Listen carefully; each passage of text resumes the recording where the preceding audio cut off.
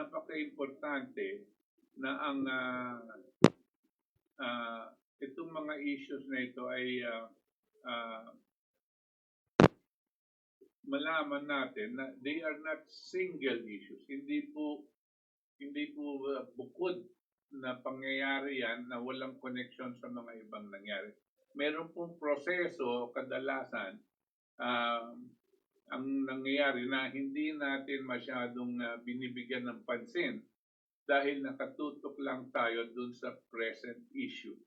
We forget that there was an event before that and an event before that, and certain people that were causing certain activities before that. So makikita natin yung proseso.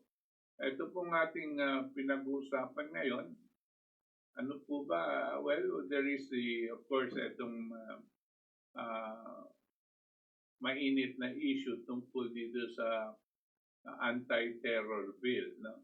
Siyempre maingay na maingay po itong mga kaliwa dahil kung matatandaan niyo po, binansagan sila ng Amerika noon na terror group itong Communist Party of the Philippines at mga NPA na pinamumunuan ni Joe Matison at ang kanyang mga kaalyado ngayon dito sa Pilipinas at pati na rin ang mga kaalyado nila sa Kongreso. No?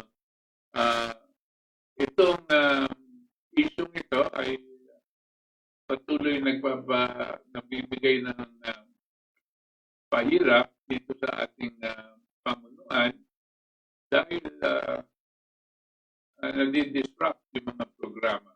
At continuous po ang labanan sa militar natin dahil lahat ng peace talk na ini-initiate, inumpisahan po ng ating Pangulo ay mukhang napopornada.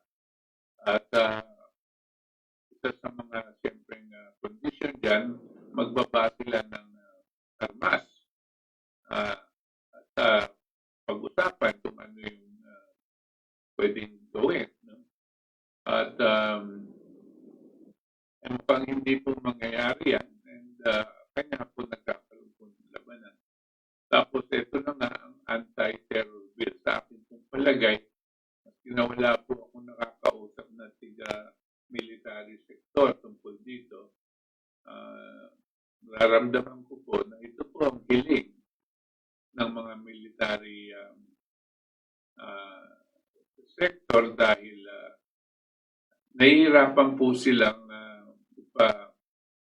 gawin ang kinakailangan gawin sa pagkocontrol nitong mga armadong grupo dahil meron tayong tinatawag dating legal process at meron tayong saligang batas. At ang ginagawa po ng mga komunista ay nagtatago sila sa legal process, sa batas. At ginagamit po nila yon pang protection sa sarili nila. This is what I've been saying before, and not only the communists, kasi the law and even the constitution can be used by those that are abusing it. And in order to protect themselves from being litigated, no?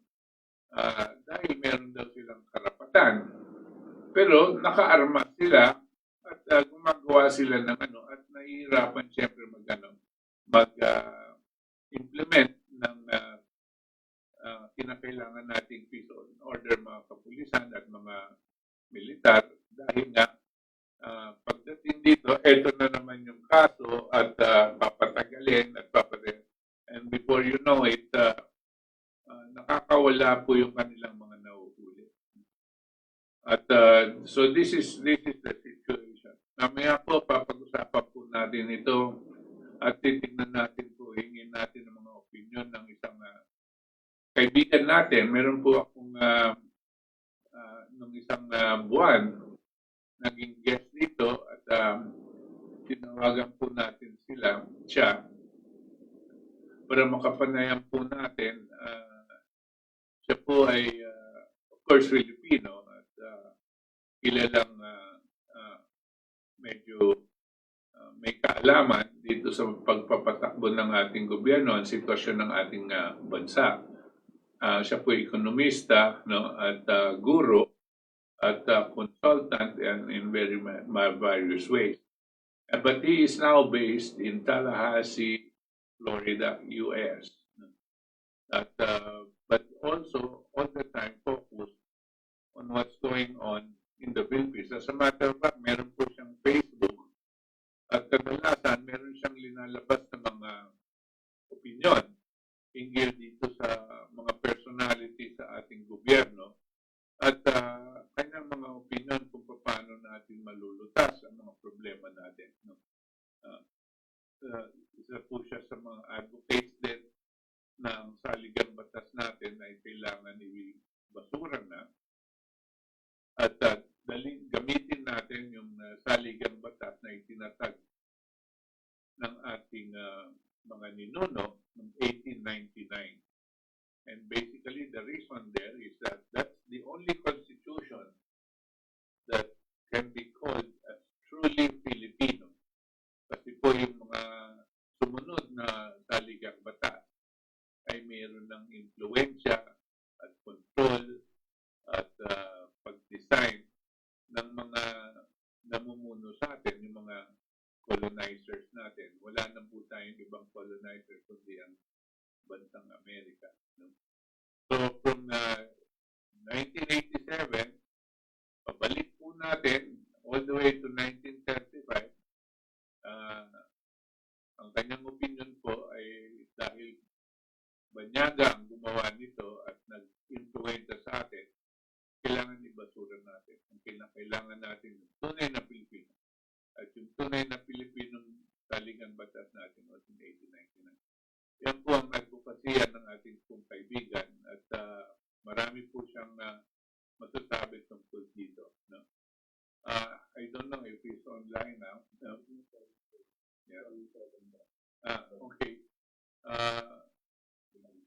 Siguro, but you can, tingnan natin kung pwede na natin siyang tawagan ngayon.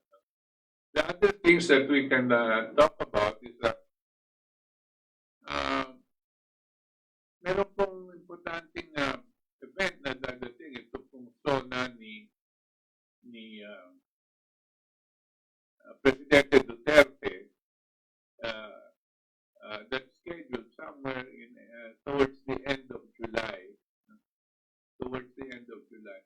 And it will be good for us to discuss this. Ano kaya ang ilalagay niya dito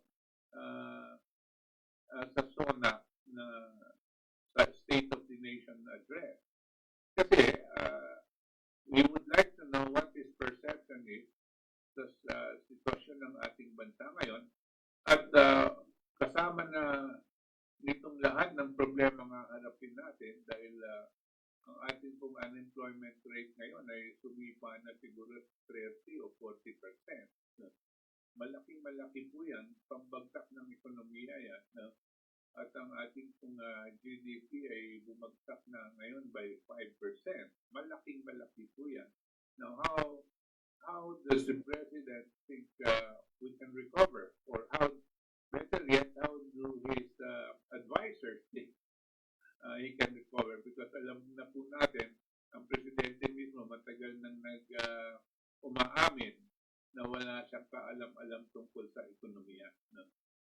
At nakasandal lang siya dito sa kanyang mga economic advisors. Pero bago natin pag-usapan yan, pag-usapan muna natin itong terror bill. At gusto kong malaman ng opinion ng ating pong kaibigan na si Mr. Gil Ramos. No? Nandiyan na ba siya? Gil, are you with us now? Gil. Okay, ito po si kaibigan po pong si Gil Ramos now, who's now in Tallahassee, Florida. Gil, why don't you greet all of our listeners and viewers on the Katipunan channel?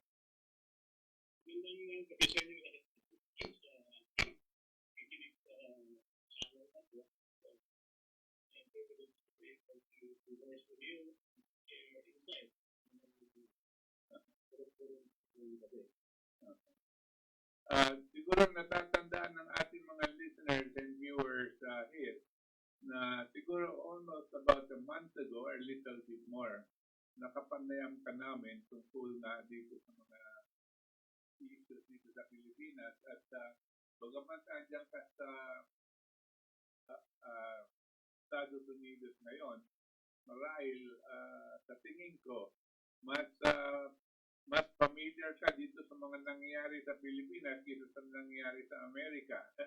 Totoo ba yan? That's correct. Totoo yan. Kasi ngayon, ang COVID times ngayon, at yung mga tao rin sa pagkakalagin sa bahay. At saka, I pay attention more sa mga balita sa Pilipinas kasi sa mga balita dito sa Amerika. Kaya, kung marami akong alam kung sa nangyayari sa atin, kasi sa nangyayari sa atin. But, alam mo, for the information of our viewers, si Gil Ramos po ay maraming followers sa Facebook. No? Marami pong kung nagbabasa ng kanyang mga vlogs at ng kanyang mga opinions, no? At nakakausap po nila tingil dito sa mga importanteng issues na lumalabas.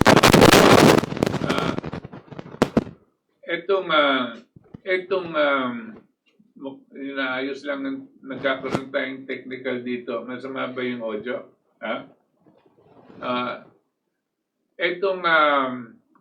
Present issue ngayon here, no? There is a proposed bill already passed the Senate and apparently already in Malacanang and ready for signing, no?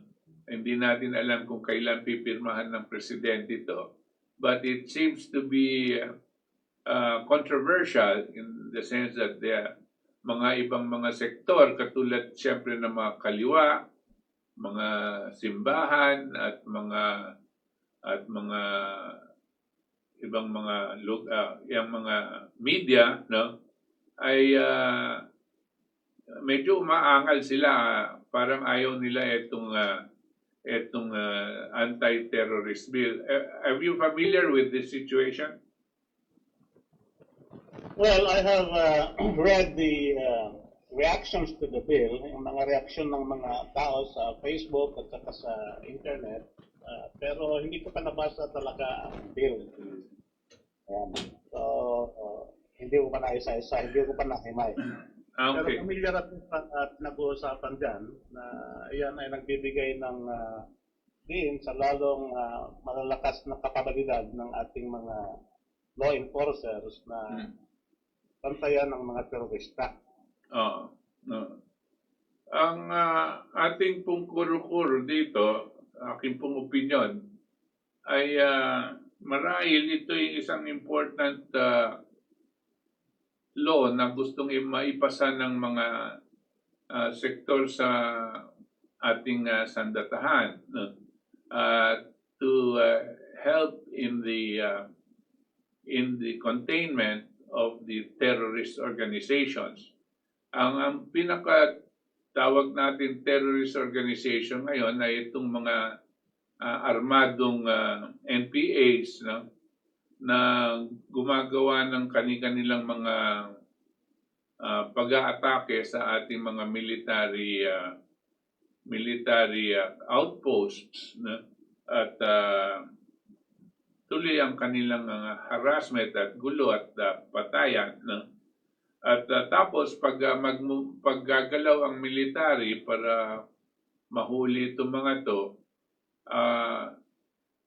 yung proseso natatagalan sila dahil agad-agad kailangan, according to our law, agad-agad you have to charge them or else you have to let them go, no? Kung minsan that whole process, no, takes a while, and pagdating sa ilang araw that you have to let them go, parang nakakawala itong mga hinuhuli nila. Yun ang basic premise yata, no? Na kinakailangan magbigay ng batas na pag hinuli nila, humihingi sila ng mas matagal na panahon na maikukulong nila ito hanggang matapos yung mga dokumento paglilitis at paghahabla sa kanila. If they're asking for something like 24 days, no? 24 ba o 14 days, no? Before they can be released. In other words, parang suspension na rin ng habeas corpus ng ilan araw, no? Ano sa palagay mo, Tom? Ang naintindihan ko dyan is that ang emphasis is yung sinasabing ang preemption, yung inuunahan na yung mga potential na terrorist crimes na mangyari bago pa ito mangyari. Kaya so preventive. Katulad nung sinabi ni Congresswoman Lucy Torres, yan ang ating anti-terrorist bill ay mas malayo pa sa mga draconian measures kung ito ihahambing sa mga measures na ginagawa ng Malaysia at saka Indonesia. Doon mas mabigat ang kanilang mga security laws. Kaya ngayon mga Indonesian terrorists at saka yung mga Malaysians tumatakbo dyan papunta sa Mindanao kasi mas madaling magtago at makisalamuha sa mga tao dahil sa ating very lax security laws yan sa ating bansa kaysa doon sa kanilang mga bansa. Kaya nga ngayon, binabago ng ating mga legislatura ang batas ngayon tungkol sa security at yan nga ang sinasabing anti-terror bill natin. Ang isa sa mga concerns ng militar na ibang nakausap ko, ang sinasabi nila, alam nyo, itong communist organization na ito ay hindi parang ragtag operation to. Kasi meron na silang pera. Meron po silang mga pumupondo sa kanila at meron silang kakayanan na kumita ng pera. O sabi ko, kasi meron silang tinatawag na progressive taxation. Sabi ko, hindi lang po yun. Dati kasi, ang ginagawa daw nila, hinaharas nila yung mga tao sa mga iba-ibang baryo o mga businesses sa provincial areas. Tapos humihingi sila ng tinatawag nga ng progressive taxation. Basically, it's like extortion. O sabi ko, malaki ba yung ganyan? Siguro hindi masyado. Pero ngayon, sabi niya, ganito. Alam niyo po yung mga party list na yan.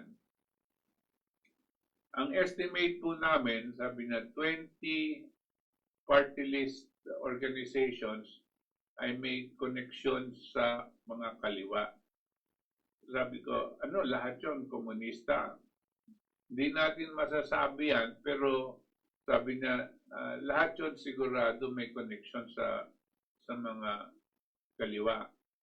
O ano ngayon yun? Sabi ko, well, sabi nila, every party list has, assuming they have 2 members each into Congress, each congressman receives 500,000 pesos a month na sweldo.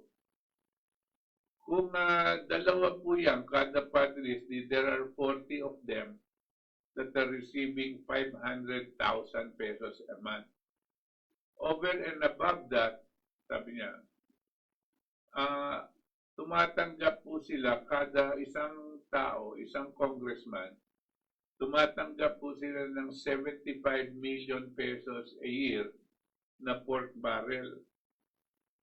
75 million pesos a year, 40 po yan mga yan. At alam naman natin, itong mga kaliwa, wala naman talagang mga proyektong pinagkakagastusan para sa mamamayan. So sabi ko pa, malaki na yan, over 1 billion pesos na yan. Tapos sabi na, yan po ang kanilang source of funds ngayon. Tapos, dinagdagan niya pa, alam niyo po ba yung mga cell sites ng mga telecom, yung mga Globe, Smartmatic, at iba pang cell sites, ay nasa ano yan, nasa libliban yan, saka nasa mga areas yan na napakahirap bantayan. So, ang ginagawa po nitong mga kaliwa ay nag-extort sila ng pera sa mga may-ari na regular na saying na pag hindi ko kami binigyan, papasabugin namin itong mga cell sites. Yun po ang kwento ng isang kilala kong nasa military. At napakalaki po niyan. Sa mga tuwid, ang isa sa mga nagpupunto sa mga kaliwa ay itong mga oligarko dahil inaanuhan sila, hinihingan sila ng pondo para hindi sirain yung mga cell sites na yan. Siyempre, yung pondo yan is an operating expense. Tinatapon nila sa mga consumers, siyempre, para mabawi nila yung gastos nila dyan. Well, yan po ang paliwanag sa akin. What do you think, Gil? Well, yung pamamalan ng dapat na ginawa nila, maging kaligang pagkaklase ng 1997, ay gumawa ng ganyang capitalist system. Kasi ang iyan nila yan, is that di ba noon ay pinalaya ni Tory si John Aquino. Iisip nila, sa bagong sistema natin noon, noong 1987, ay bababa na galing sa pundok sa development nito na FBA at pinagkakaling at sa monolitika na electoral. Kaya may ganun siya actually para sa mga marginal sector. Pero ang nangyari nga is naging kabulot sa ganun yung pag-implement ng activist na yan. Una, pinasok na pinaka hindi naman marginal sector, kung ginawa nila, minanipula nila yan para sila maging congressman, instant congressman, katulong ng pag-elect Smartmatic. Pero mga ibang camp, tulad ng organisadong grupo, tulad kaliwa, ay talaga nagtayo ng katuhan ng activist at nakakuha sila ng organisadong mga experience sa activist na nagtayo dyan. Sa activist na Philippines. Kami ng Trump legal personal. Pero yung iniisip nila noon ng 1997, hindi nga nangyari ito.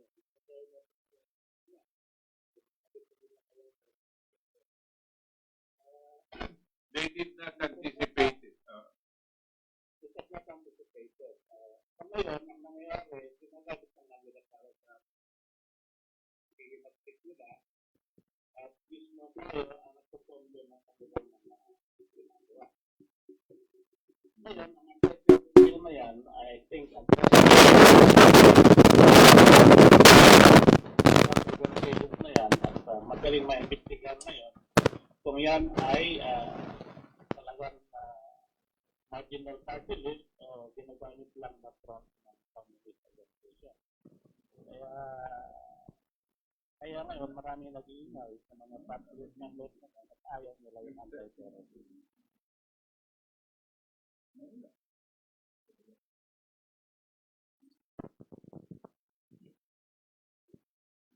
Hello, are you there?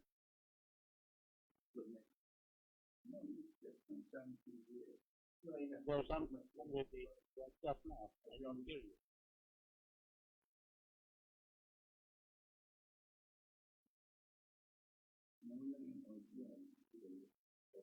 Yeah, Gil, medyo nawala yung audio mo. Yes. We're Yeah. trying to get it back here because meron tayong technical problem dito. Okay. And well, at any rate, while we're fixing it up, I don't know if you can still hear me. No? The other thing that I wanted to discuss, maybe more also at length, will be the is shortly there will be a state of the nation address by the president. Uh, but we will take a break first. Give us a couple of minutes. We'll take a break and then open up again in a couple of minutes. No, when you went in here, you stepped on something. Yeah, I know, but this makes it better.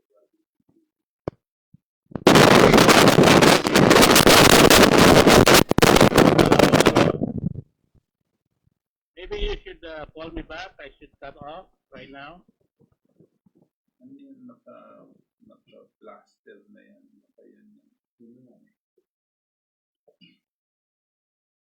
Let's test it.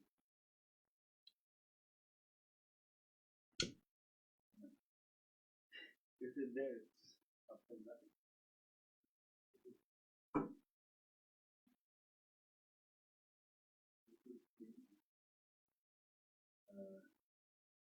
Here.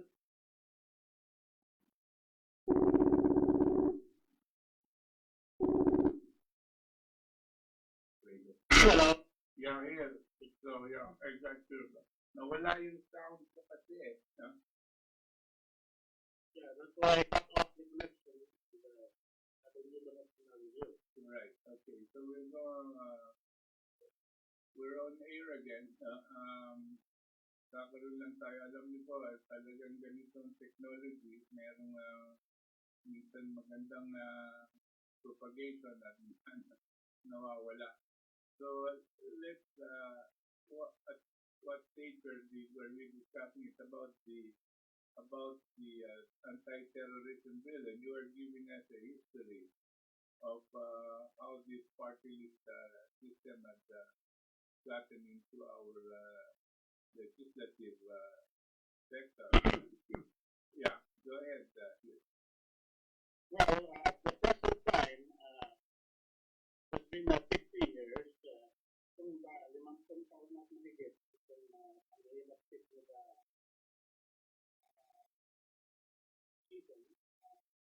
season, kaya hindi naman sila ngayon, dahil lang tayo sitwasyon na parang yung proseso nila, ang yung pinagkira na rin. Ang pagkantila ng iba dyan, yung pagkak, yung sinasabing reaction is cycle, wala nang cycle kung happen na lang. Walang na nangyayari. Yung mga iba, natulog din ka, tama yung pagkakang struggle, kung ang ginawa nila ay pinatay nila yung mga bagong congressman, mga bagong judges, mga bagong cabinet members. Siguro na nangyayari sa kanila. Pero sa akin, nangyayari lang yung naglalatan, yung mismo na mahirap. Yung mahirap na mga sundalo, nasa level lang ng mga non-commissioned officers at mga corporal, private, at mga bagong graduate na mahirap din mga estudyante sa PNA na mga lieutenant program. Yung may sinasabang nila, laban naman sa mga mahirap na recruit ng NPA. It's a struggle between the people who are poor. Right. So the irrationality has to be stopped. Decision has to go down from the hills onto the Philippines, organize this group that we have into a strong party, and contest for election, similar to the Spanish Communist Party, in the European start, that already gone public and became part of the mainstream politics of the country. Really? I think that they will have a lot of following and they will be successful. Yeah. Pero ngayon, nagkakaroon na ngayon ng protracted negotiations na wala naman nangyayari. Dapat pag-isipan na rin ng mga leader ng NPA yung mga pagbabago ng kanilang sistema kasi parehong mga iniisip natin halos ng mga yan na para kabutihan ng bayan. Pero sa ngayon, imbis na mapabuti ang bayan, ay napapasama lalo. Yeah. Ang nakakagulat over the years here, ang natatandaan ko noon, dati, ang kalaban talaga ng mga komunista, yung imperialistang Amerikano at mga tuta ng Amerikano. No? Pero ngayon, parang hindi ko na naririnig yung rhetoric, yung salitang imperialistang Amerikano at tuta ng Amerikano. No? Parang nawala na yon. Ngayon, ang nagiging ang kalaban na nila yung bansang China, hindi naman lahat, bansang China, at saka ang, sino pa ba yung kalaban nila? Halos ganyan na lang naririnig ko. No? Hindi na nila tinitira ngayon yung mga imperialistang Amerikano. Sabi ko, ano bang nangyayari dito? Bakit ngayon nakatutok sila sa China? Tapos, yun ang parang pinupukpok dahil pag meron mga mangingisda sa China Sea na tinatamaan dahil nagkaroon ng parang sa mga Chinese, ang lumalabas, sabi nila, yung poor fishermen natin ay binubuli ng mga Chinese boats, no? Warships, sabi nila. No? Sabi ko, ano bang nangyayari dito? Dati, meron mga chismis, wala naman akong prueba dito. Nasabi nila, ang mga kaliwa, sa totoo lang, ay hindi talaga ideolohiya ang nagpapairal dyan. Ang nagpapatakbo dyan, ang mismong CIA. No? Kasi ngayon, lalo na, ang CIA laban sa China, so, palaban na din ng kaliwa daw ang China. Medyo naguguluhan ako dyan. Meron bang katotohanan nito? Ang narinig ko tungkol dyan ay yung si Marcos sa presidente natin dyan. Siya ay nakipag-usap na sa mga dating mga kaliwa noon, yung sinasabing Old Lava Group, yung naging mga hugbalahap at naging grupo nila Tarot. At ang mga yun ay sumali na sa kay Marcos yung panahon ng kanyang pag-martial law. Kahit na noon, bago pa sa magkakilala ng martial law, pinakawalan ng mga terrorista. So, ngayon, parang ang ginagawa ng Marcos noon, nagkaroon ng national consensus na pag na muna tayo mag-away, ayusin natin ang bansa at patuloy na tayo sa pagiging mga kapwa Pilipino. Kaya ang narinig kong usapan noon is that ginawa na naman ng CIA itong NPA na 1969 na ganun na panahon. Kasi kung nila ginawa ito. Para yung consensus na ginawa ni Marcos na sana ay buo-buo na lahat ng Pilipino kasama-sama ay mabuhat ulit. Parang silang magamit na pulo kay Marcos para laging hindi nila lalo nila magkontrola ito si Marcos. Yun ang nagawa ko. Kaya nasabi ko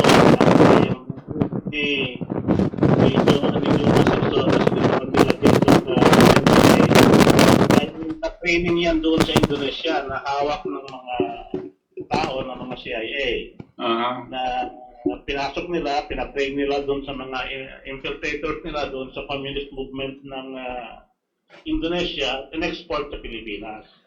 Yun ang ating alam na kwento tungkol dyan. Pero sa mga katuwid, may ideolohiya pa ba yan o wala? Saan ba nanggagaling yan? Marxist, Maoist, or whatever? No, alam mo, Butch, yung ideolohiya sa aking paningin bilang isang social scientist ay isang paraan lamang para maorganisa ang mga tao para sa totoo mong objective. Ngayon, maaaring ang ideolohiya mismo, ikaw mismong political operator, ang purpose mo ay maging nasa poder ka. Gagamit ka ng ideolohiya para mabola yung mga tao, para magamit mo sila at sila ay sumuporta sa gusto mong layunin. May sinasabing yang may head fake, ginagamit mo lang ideology as head fake, pero may totoo kang agenda. Ang agenda mo ay ikaw ay masapwesto at ikaw ay mag-control ng lahat. Lahat ng movement sa buong mundo, sa kasaysayan ng buong mundo, mula pa ng mga krusada laban sa mga Islamic, mga ganong klase, fascism, mga ganon, mga communism. Ngayong medyo mature na yung political developments natin, ang tingin ng mga social scientists dyan, an ideological plank is just used to manipulate people. It is just an element of the kasama lang yan sa elemento ng mga gagamitin mong mga materyales o pagpanday ng gusto mong agenda. Kaya sa ngayon, masasabi natin na wala na halos meaning. Wala na. Hanggang rhetoric na lang yan. Hanggang pure instrumentation na lang yan ang ginagawa nila para meron silang makumbinsing tao na sila puno ay para sa taong bayan. Yun nga ang nakakatawa dahil ang alam ko, dati meron silang class struggle. Ito, laban sila sa mayayaman para sa mga hirap. No? Pero ngayon, parang kakampi na nila yung mga mayayaman no? Dito sa atin, ito po nangyayari. At for example, dayo sa KDP, ang tunay na minumungkahi natin yung laban natin sa kuryente at sa tubig na laban sa oligarko at mga ganid na oligarko, pinapatawan tayong pinakamahal na electricity rate sa buong mundo, no? So sabi ko, bakit wala akong naririnig ng mga kaliwa na ganyan rin ang minumungkahi, no? Kung tunay na para sa tao sila. I cannot understand. They're into other things, no? But not these issues that are important for the people, no? I would think na sila nga dapat ang manguna dito, di ba? Pero wala sila. Wala akong naririnig sa kanila tungkol dito. Kasi nga, sabi ko na nga, ngayon ay naghalo na yung balat sa tindalupan. Ang kanilang pag-iisip na ngayon ay parang kasama na sila sa sindikato ng pagkontrol sa taong bayan. Taktikal na rin sila. Ang ginagawa nila sana ay banata ng mga taong ito. Pero sa isip nila, yung mga taong yan na masasama, oligarkong yan, ay dapat na hindi patayin at dapat na suportahan pa nga para lalong bumulok yung sistema ng bayan. I see. Yan ang katulad ng pinento ni Rizal sa filibusterismo. Yung ang ginagawa doon ni Simon ay para lalong mabulok ang sistema. Hindi niya pinapatay yung mga taong masasama para lalong sumama ang sitwasyon. Ang nangyari ngayon ay parang nasarapan na sila doon sa pagkikipag-alyado sa mga oligarkong ito kasi maraming pera na binibigay na protection money sa kanila at nakorrupt na rin ang mentalidad nitong mga leftist movement na to. Katulad yan halos ng simula ng mafia dito sa Amerika. Dati, pang mga 1900s ay ginawa nilang movement ito laban sa para ma-overthrow yung monarkiya sa Italy o sa Sicily. Ngayon, ang nangyari, gumawa sila ng mga organisasyon sa New York para mag-raise ng funds kuno para sa kanilang movement sa Italy. Oo. Pero yung mga ginawa nilang mga activities, numbers game, prostitution, things like that, ay gina-justify nila as a way to raise funds sa kanilang movement against the Italian monarchy. Oo. Pero nangyari, ang mga taong ito ay nasarapan sa pag-raise ng funds. Kanalimutan na yung kanilang original purpose. Okay, natin na naging mafia na sila. Pera-pera na lang ang usapan. Parang ganyan ang nangyayari halos ngayon sa leftist movement. Yung kanilang mga tactical alliances with these people para kung mapondohan nila yung kanilang organisasyon para sa paglaban sa pamahalaan, ay doon na sila na stuck na sila doon. Yun ang nasarapan na sila doon. At hanggang doon na lang halos ang kitid ng kanilang pananaw ngayon. Kasi tatandaan ko, palagay ko nga ganyan, totoo yan sinasabi mo here. Tatandaan natin, noong 2016, si President Duterte, agad-agad binigyan niya ng mga pwesto itong mga kaliwa sa kabinete. No? Ilan ba yun? Apat o 5 na malalaking agencies of government. Yan sila Tagiwalo, sila Lisa Masa, no? At meron pang mga iba na nakalagay sa gobyerno. Pagkatapos, yung mga kasama nila, tuloy pa rin ang gamit ng armas laban sa gobyerno. In the government where they are already seated. No? Sabi, nakakapagtaka nga no? Kung ano talaga yung kanilang pinupuntirya. No? At bakit hindi mahikayat ng mga nasa kabinete noon, sila Tagiwalo, kila Joe Masiso, na ibaba na yung maarmas at mag-usap na. They were practically sharing government with Duterte. Pero wala, ayaw at gustong talagang patuloy ang kanilang paglalaban dahil may mga armas sila at may pera na sila. Di ba? Yun na nga ang nangyayari ngayon. Nasarapan na sila doon sa perang tinatanggap nila. Tingnan natin kung mapirmahan itong anti-terror bill. No? If there will be some sort of an improvement on the dealings with the left. No? Or if they might, because of this, they might be enjoined to really sit down and start the peace talks with government at magbaba sila ng armas. No? Napakahirap. Yung peace talks na ginawa ni Duterte at saka yung pag-employ niya ng mga tao sa kabinete niya na makataliwa, ay serong galaw ng presidente para sana magtulungan na yung mga taong nasa leftist movement at saka yung kanyang administrasyon. Tama. Pero imbes na mangyari yon ay ginamit lang nila ang kusang loob na ginawa ni Duterte para lalo nilang gamit ang mga pondo sa gobyerno para sa paglaban nila. Oo. Napapagsakin mismo ang gobyerno ngayon. Kaya nainis na si Presidente. Kaya ayaw na niya makipag-usap. Banatan na lang, gera na lang kung gusto nila. Yun ang ginagawa niya ngayon. Yun ang nangyayari. Kasi hindi naman nagpakatotoo itong mga kaliwa niya. Kasi si Duterte ay dating KM yan, Kabataang Makabayan. Oo. Na-recruit yan nila Season doon pa nung nasa Lyceum pa siya, pre-law. Bago siya nagpunta sa Sampita, sa kanyang law proper. Mga unang recruit na Season noon, kasama si Normis Wari at saka nasa pangatlong layer yan si Duterte sa mga recruit niya.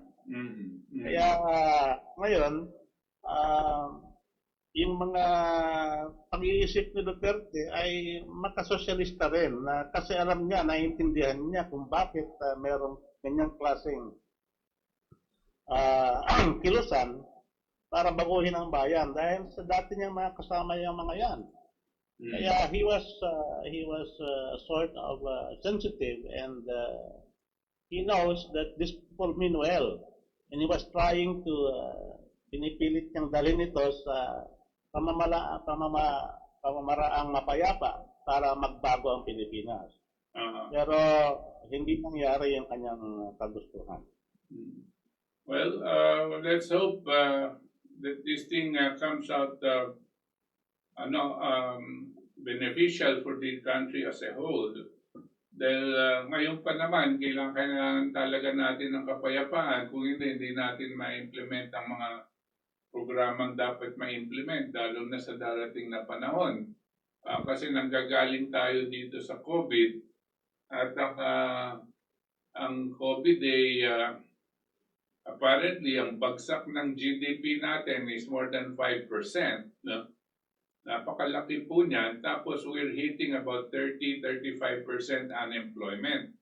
And this is going to probably even increase because the businesses somehow have had to scale down.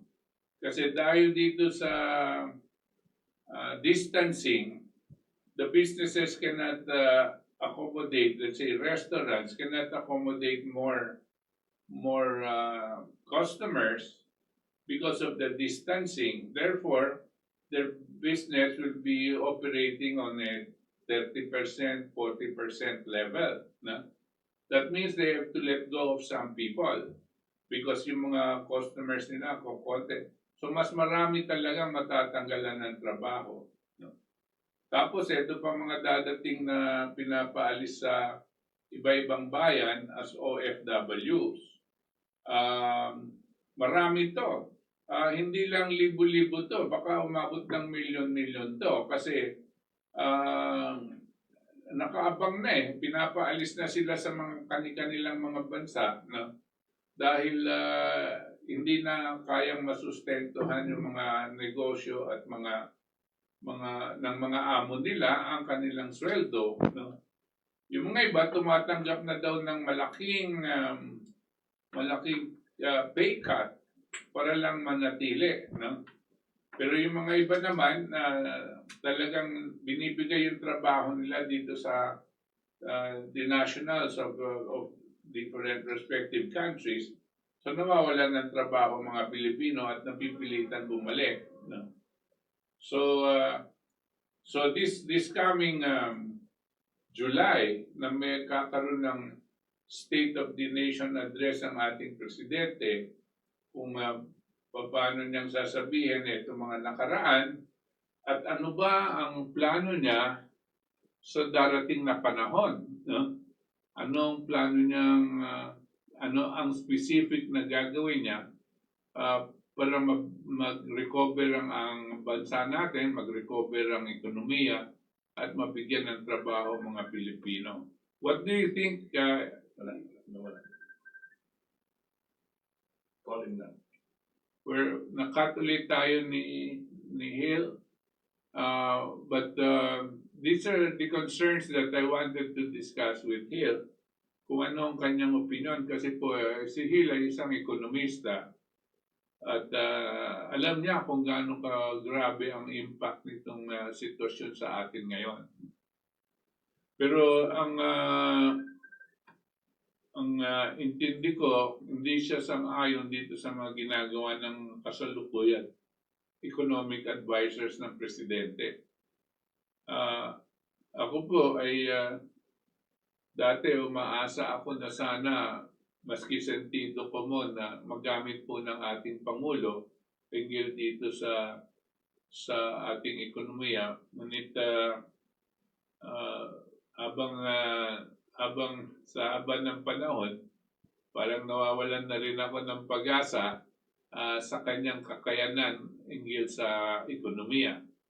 Dahil ang pinaka-simpleng pag-iisip lang na kung paano niyang matutulungan ng taong bayan pagdating dito ng COVID, ay pigilin niya ang mga oligarko sa pagsisingil ng kuryente at tubig.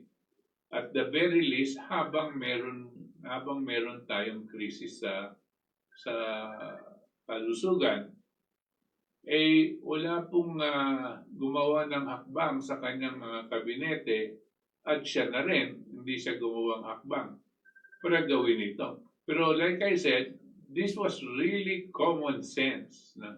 Instead of siya mismo hahanap ng 350 billion pesos, hihiram pa siya sa World Bank.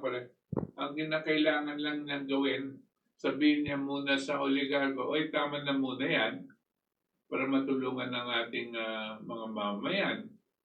And it would have given him much more than 350 billion pesos in these 3 months. As a matter of fact, katulad ng ating pinalabas na computation ng last week, aabot po ng halos 400 billion ang maibibigay niya sa taong bayan without spending, without having to borrow money and without giving them the cash. All you have to do is cut down the electricity rates. Libre mo muna ang tubig tsaka kuryente sa 3 buwan. Kaya-kaya niya pong iutos yan dito sa mga oligarko. Dahil itong mga oligarko may utang pa nga sa taong bayan. Sabi ni Duterte noon, last December, ang utang po nila abot na sa trilyon. Bakit hindi niya magawa ito? No? So, Kung ganyan. Yeah. Gil, we lost you again. I'm all starting to discuss what the president will do pagdating nitong SONA. Ano kayang sasabihin niya? Ano sa palagay mo, Gil? I think he would be addressing the way he has handled the COVID crisis, and but I doubt if he has an idea of how to reorganize the country economically to take care of the post-COVID conditions of the world. Oo. We will go, ang mundo ngayon ay on a tailspin, babagsak ang lahat ng ekonomiya ng lahat ng bansa. At alam naman natin na ang ekonomiya ng Pilipinas ay nakasandig lamang sa mga OFW remittances. Kasi yung mga economic managers natin, ang ginawa lang ay inflation level targeting, no? Inaayos lang nila yung credit standing ng mga natin sa international financial market para madaling makautang itong mga oligarkong ito sa mga nakasama nila yung mga collaborator nilang mga foreign oligarchs din. Pero sandali lang, Gil. Para lang maintindihan ng ating mga nanonood at nakikinig. Ang sinasabi po ni Gil, correct me if I'm wrong, Gil.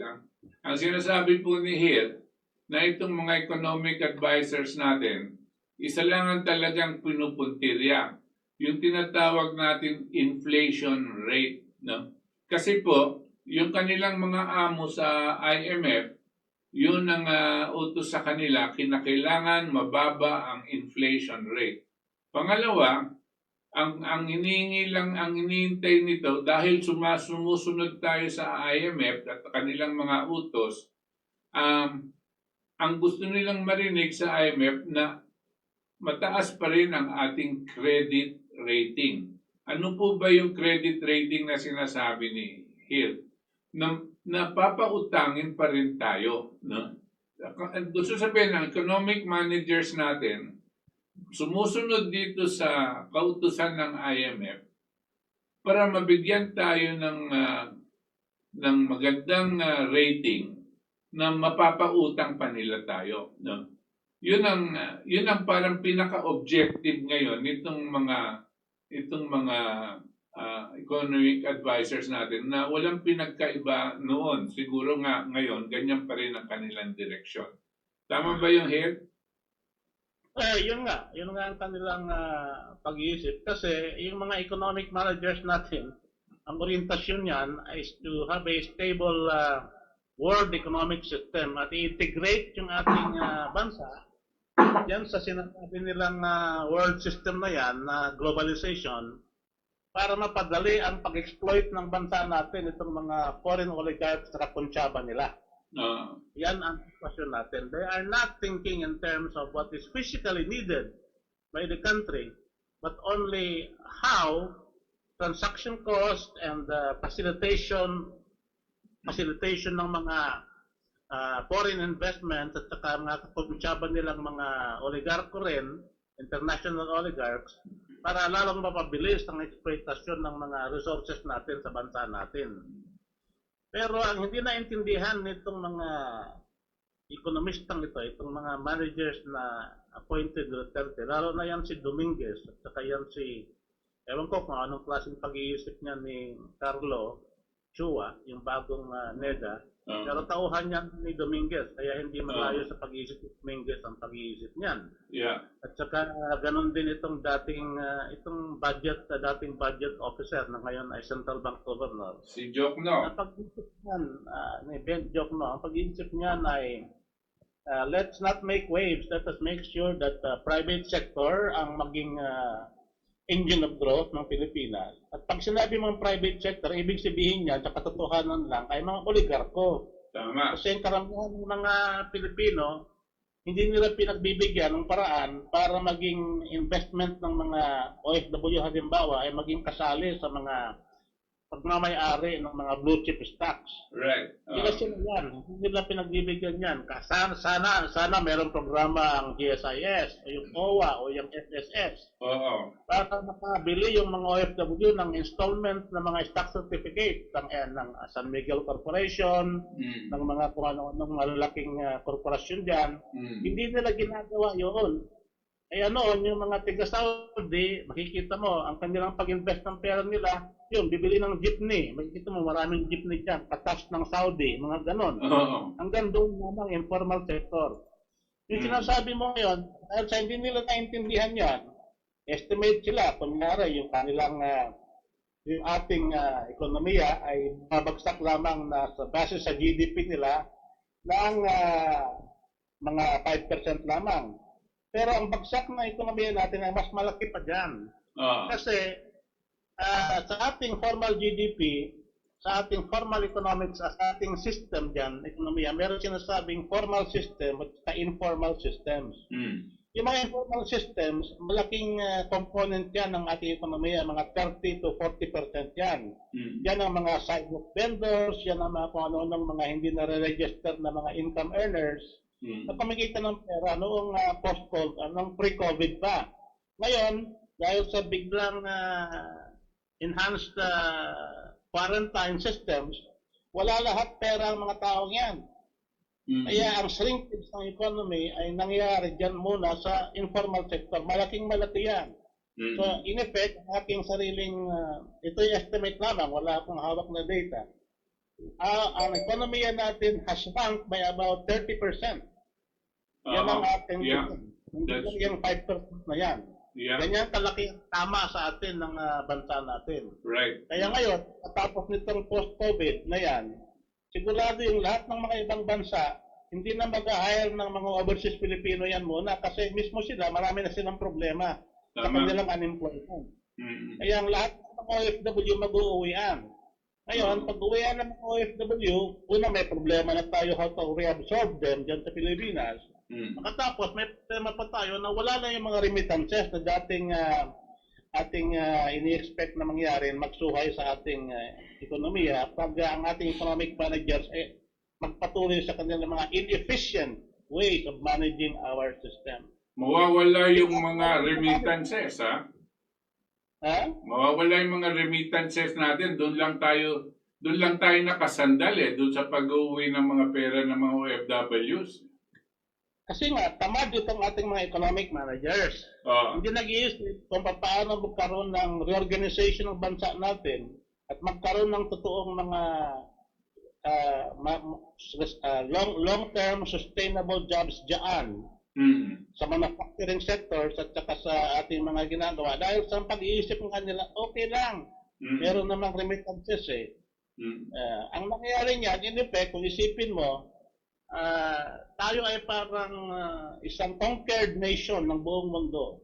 And we are sending out our people as tributary slaves to pay tribute Right. to the in real terms to the world system.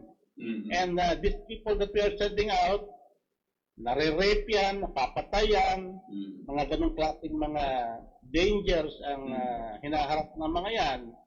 Pero wala silang choice kasi ang mga sira-ulong mga managers natin, ang isip lang ay, yun, lumabas kayo, wala kaming trabaho dito ginagawa para sa inyo. Kung lumabas kayo, gagawin namin kayo mga super maid, super driver diyan sa labas ng Pilipinas. Tigapahid ng mga nasa nursing homes ng mga ibang bansa. Sige, okay lang yan. Punta kayo doon para lalong magkaroon ng malaking remittances papunta sa Pilipinas. Tapos bibentahan namin kayo ng aming mga ginawang mga pondo, mga ganon, kasi ang ating bansa has become a real estate economy and a service economy without any real physical production happening right now. That's right. Ang bansa natin ngayon ay is a land banking economy. Mga speculators at mga real estate driven growth. Mabebentahan nila ng maliliit na condo itong mga OFWs na to para lalo silang magtayo ulit ng malalaking mall at saka malalaking real estate development. At saka papadamihin nila yung mga restaurant nila, mga ganon. Kasi anyway, marami namang perang pinapadala ang OFW at palaging puno ang mga restaurant natin kasi maraming remittances na magagamit na sales point ng ating mga service sector. Yan ang nangyayari ngayon. Ang isa pa nilang ipupush yung tourism. So we are building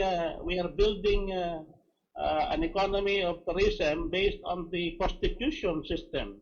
We are building it on the backs of our young girls and young boys and pedophilia that are being exploited by foreigners. This is foolish development. We have to learn the lesson of Singapore. Lee Kuan Yew reorganized Singapore. He organized it in a way to make it a productive system where value is added in Singapore itself.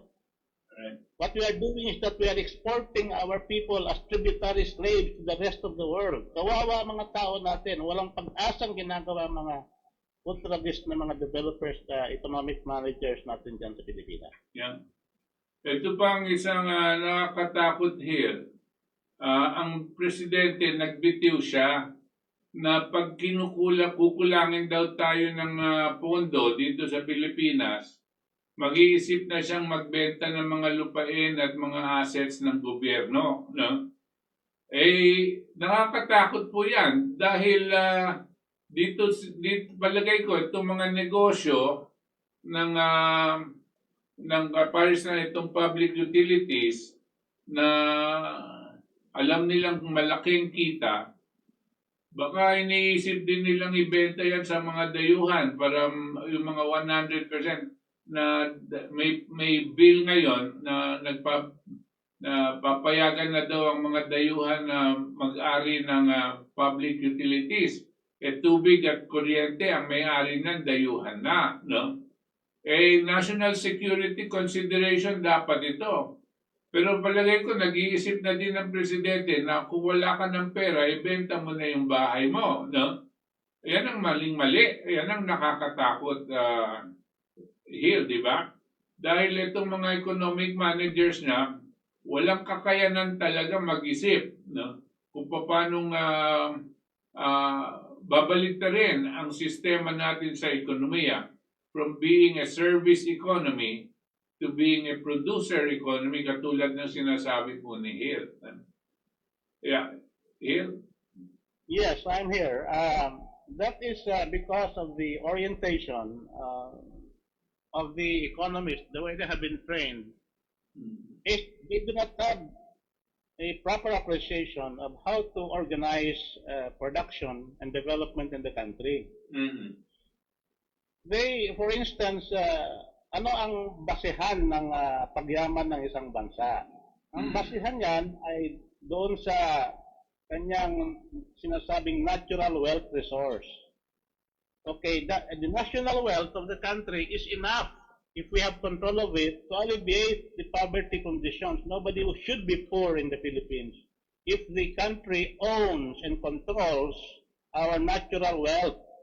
And then since we are literate and we have this education base that we have, like English also, and which is an IT language, Right. we should be able to get the best technology and meld it and combine it with our natural wealth and produce things in the Philippines itself. Because those are the ways we have to perceive the basis of organizing, the base on which we can reorganize the economic situation in the country. Based on our natural wealth, control of our natural wealth by the people or through the government, enhancement of technology, and then the organizational capabilities of the people through entrepreneurship should be enhanced. Tulungan ang mga tao na maging hindi lang small-time businessmen, kundi malalaking businessmen. Growth process should be enhanced. Yung mga yan, ang mga kailangan natin, these three things, no? The natural wealth, which includes land and everything else, our technological development, and our entrepreneurial abilities. Yan ang ating mga tatlong bagay na yan. The three factors that has to be the basis of physical planning. Hindi lang inflation targeting at saka yung lahat ng ginagawa na imposition sa atin ng fund. Amen. On top of these three things, we have to recover our monetary sovereignty, meaning our capability to print money the way we want it to be printed. Right. Not because the IMF says, no, you cannot print money, your growth potential is only 3%. So we are not able to reorganize our system because we are limited in terms of our liquidity expansion. To just what the IMF tells us. No, you cannot grow your economy. Your economy is expected to grow only to 3 to 5%.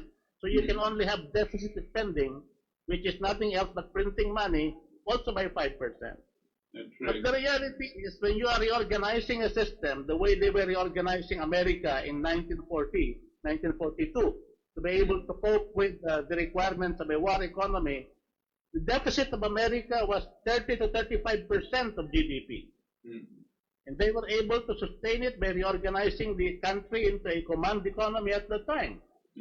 That is what we should do also in the Philippines. We do not have to follow all of these restrictions. We have to begin to have armed neutrality. Print money to be able to sustain our defense forces and defense materials industry. Print money to be able to provide liquidity for agriculture, food security. Print money to be able to sustain a strong citizen army that can reorganize the country into agro-industrial deforestation things. We cannot have that unless we have control of our monetary sovereignty.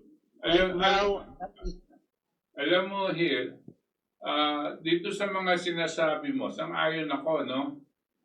Pero ang nakikita ko, ang ating Pangulo ay hindi gagawin ito dahil taliwas yan doon sa mga advisor niya.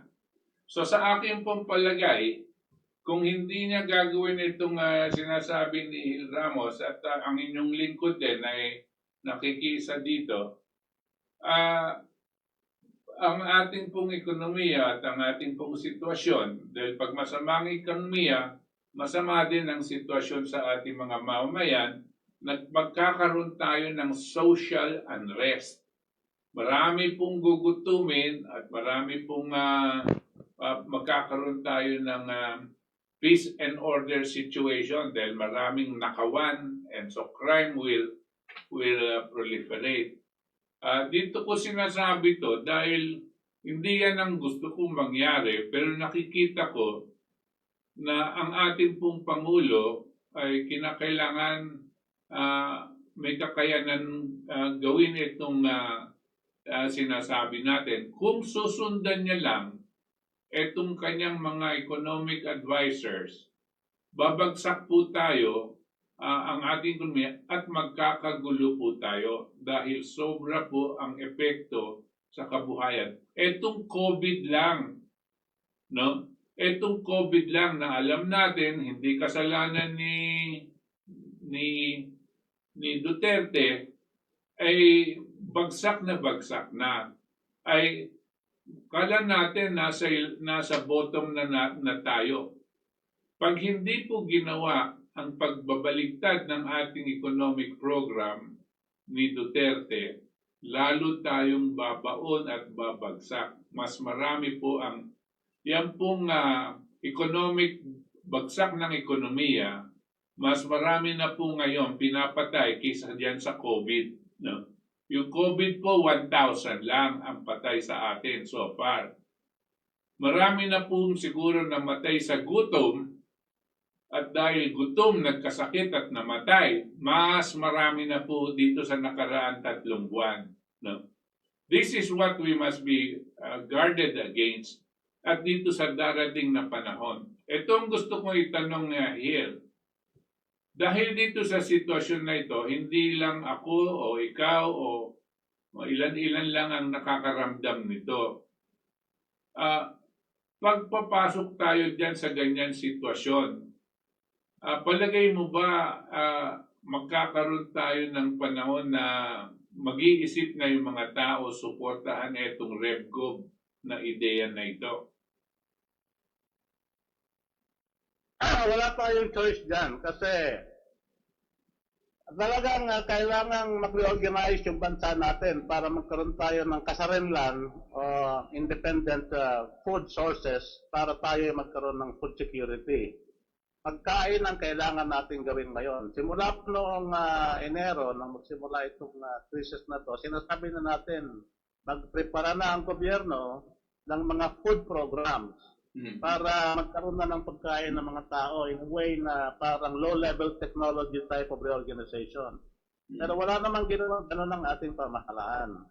Hindi nga kasi naiintindihan masyado ni Presidente Duterte yung administrasyon ng ekonomiya ng bansa. Pinapabayan niya ito sa mga tao na katulad nila Dominguez na ang alam lang ay bigyan ng suporta itong mga oligarko kasi kuno sila ang private engine of growth. Private sector engine of growth. Sila nagdadala niyan.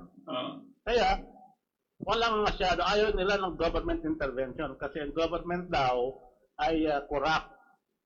Katotohanan lang, ang corruption na nakita natin ngayon dyan sa bansa natin ay gawa ng mga pribadong sektor tulad ng mga Ayala, water utilities na yan, tulad nila mga Pangilinan na yan.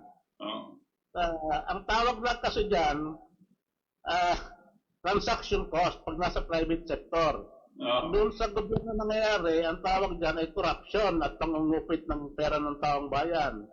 But it's the same thing in the private sector, especially private sector, ang mga pribadong sektor na ginagamit yung kapangyarihan ng pamahalaan para makakuha sila ng sinasabing rent-seeking opportunities. Ang ibig sabihin yan, katulad nung tubong lugaw na ginagawa nila sa tubig kasi ginawan sila ng prangkisa, binigay sa kanilang prangkisa ng pamahalaan para mag-supply ng tubig sa bansa. Ganon din yung mga prangkisa sa power sector na binigay sa kanila. Kaya ngayon, yung issue mo nga, yung kuryente at tubig, yan ay talagang dapat ibalik sa tao yan at huwag pagbayad ngayon ng mga tao habang ito'y krisis kasi wala naman talaga silang pambayad. Kasi wala naman silang kita ngayon. So huwag talagang bayaran yung kuryente at tubig na yan hanggat sa mapilitan ng pamahalaan na reorganisahin ang pamamahala ng pagbigay ng kuryente at tubig sa mga mamamayan. Ito ang tanong ko nga kanina, Gil. Yan sinasabi mong reorganization. No? Sabi mo it's necessary, but it's obvious that the cabinet of Duterte will not be thinking along those lines.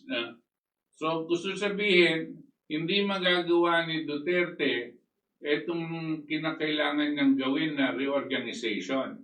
Dito nga, ito yung tanong ko kanina, no? Kasi maraming ako naririnig dito na parang sumasang-ayon sila sa RevGov. No? Yung RevGov, hindi po sa kanilang pag-iisip na laban sila sa gobyerno. Ang kalaban po nila, itong mga itong mga umahawak ng ating ekonomiya, katulad nga ng mga oligarko, na ipilit na gamitin nila yung kanilang kapangyarihan para lalong higpitin ang kabuhayan dito sa Pilipinas. Ngayon, sa mga talumpati ng presidente sa mga nakaraan na panahon, nakikita ko parang pagod na ang presidente. At parang sa loob ko, parang nararamdaman ko na parang gusto na niyang ilipat ang pamamahala ng gobyerno sa militar. No? Ano ba ang sa palagay mo? Ganyan din ba ang basa mo, Hil? Ganito lang yan. Huwag natin pag-usapan yung mga how to do it right now. Tingnan natin kung ano ang pinakamabisang paraan para ma-reorganisa ang isang lipunan tulad ng dysfunctional system natin ngayon. At pagtingin mo dyan, kahit tignan natin ang sitwasyon, ang pinaka-organisadong grupo sa Pilipinas ay ang militar. Wala tayong choice dyan. Yan talaga ang katotohanan. They are the most organized group who can do things on a nationwide basis immediately.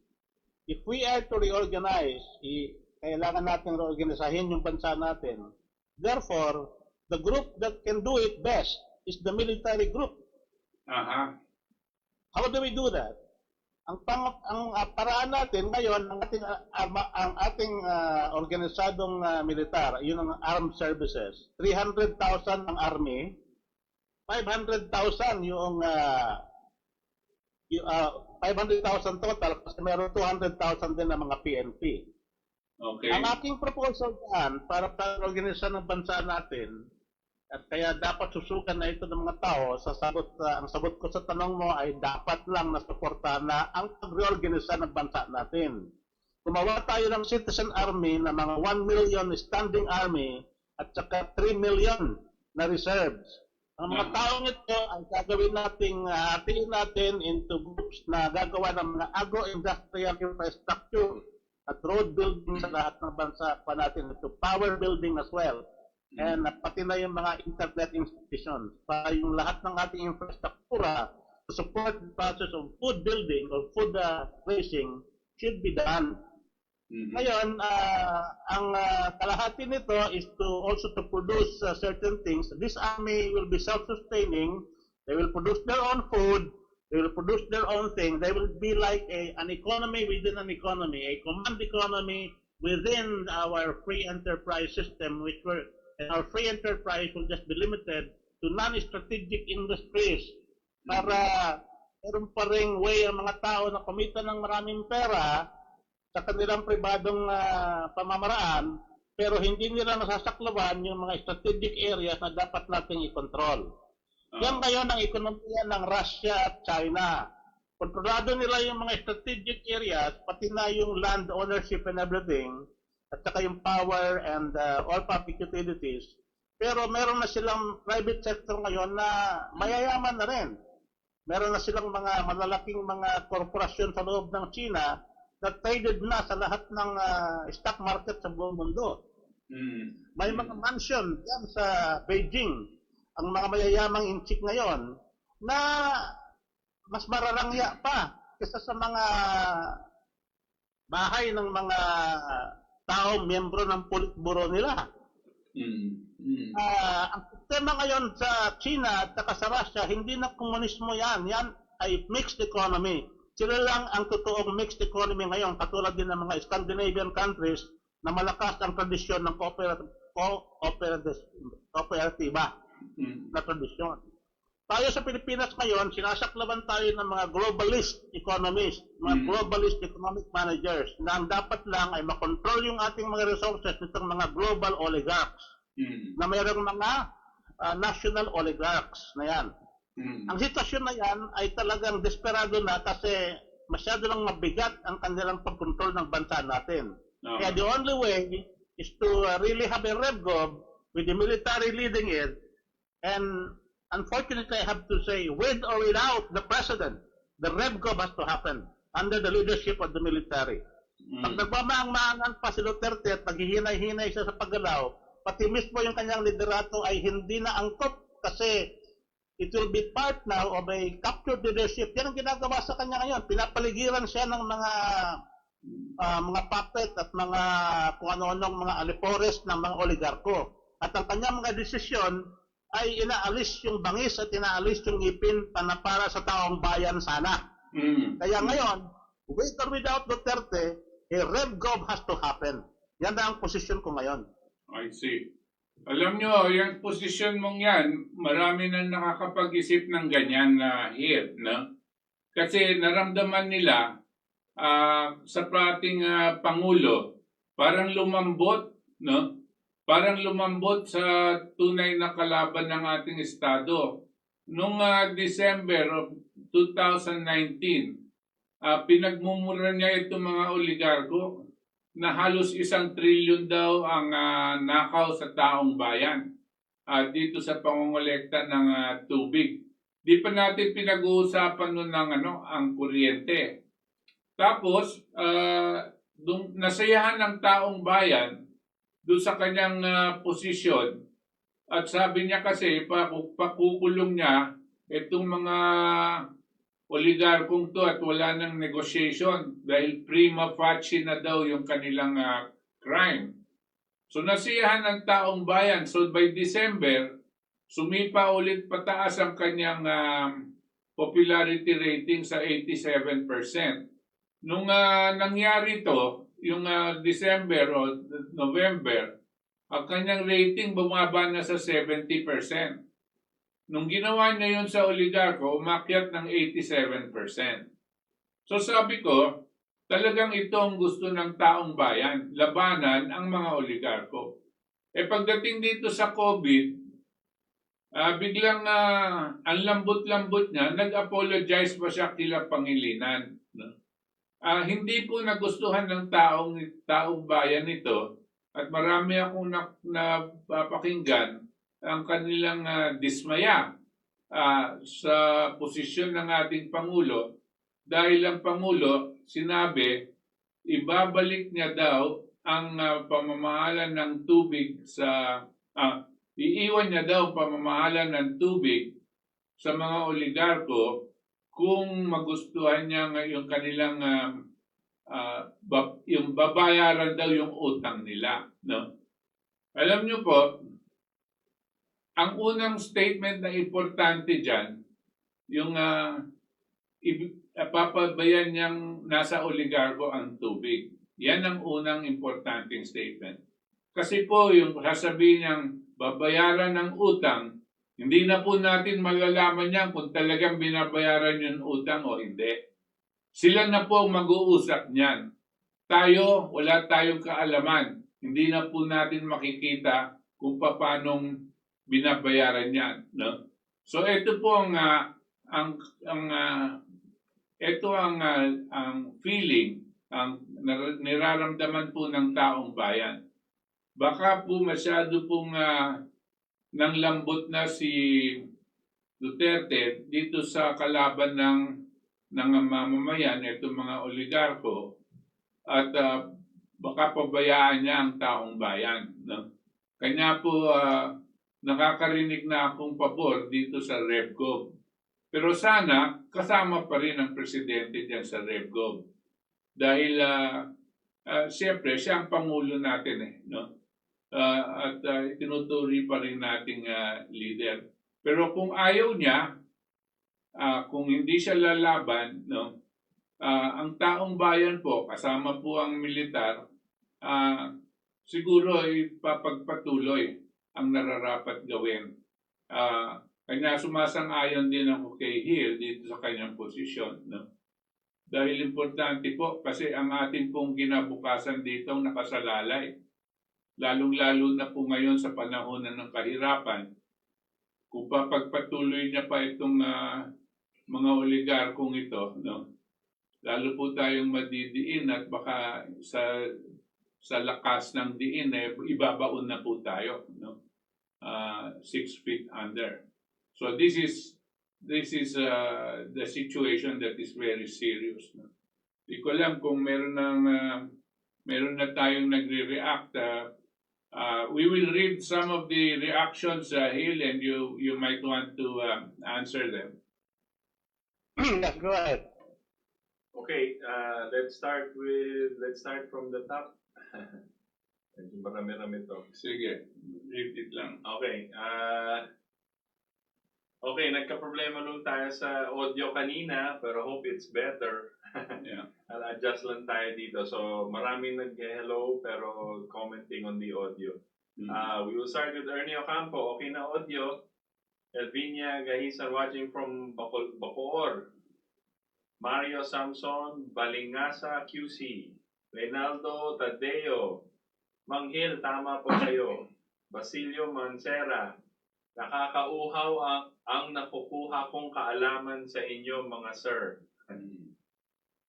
Beth Ariola, hello from Qatar. PJ, si PJ, kasama natin yan. Braditos and Sir Butch, can you please discuss also the ongoing protest, Black Lives Matter, in the US and England and other countries after George Floyd? Who is behind the financing of these rallies and what is their agenda? Well, I think we need the whole time for episode for this PJ, no? But we'll ask Hill to give us a little comment on it. Ang question, Hill, is what is our thinking about these Black Lives Matter rallies that are going on in the United States and other parts of the world, no? And who is behind this this movement? No, it seems that this is not just spontaneous, no, but it seems like there is a force that is behind it. What do you think here? Well, my thinking is that it's the favorite of conspiracy theorists to always say that something more is going on beyond what we see and what is revealed in public media. But the reality is there is an intelligent core of people who are thinking in terms of how to manipulate and how to do social re-engineering of the entire world. This idea of a new world order and things like that sustains ideas like that.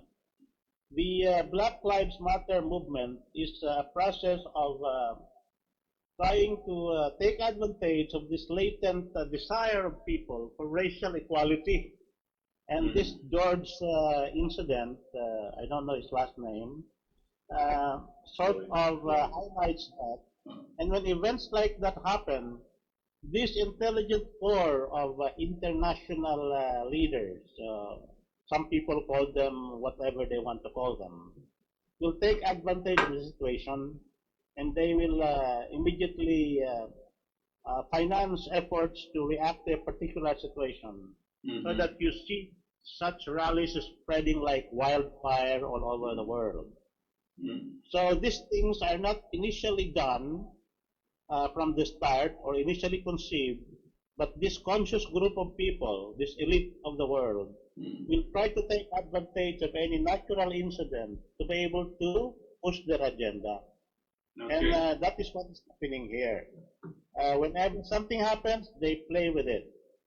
Okay. Some people say that this COVID thing was done by them. Maybe it was not. But when the virus came out, then they took advantage of it and used it for their particular agenda. They sort of used the judo technique. Whatever is happening in the world, let's exploit it. And let us pursue it so that it can provide for support to our agenda. Yeah. Let me add a slightly different take on this here. I am one of those people that you might say a part of these conspiracy theorists. Kasi sa akin pong palagay, wala pong nangyayari sa buong mundo, whether it's good or bad, that is not a conspiracy. You can conspire to do good, but conspire also to do bad. No? what seems to be right now in retrospect, although not yet completely, but in retrospect, what seems to be the effect of this COVID virus, no, which has claimed the lives of something like 400,000 uh, human beings, no, all over the world. Uh, what seems to be evident is that the world economic situation, no, is in collapse. No? Uh, Probably the worst ever, even beyond the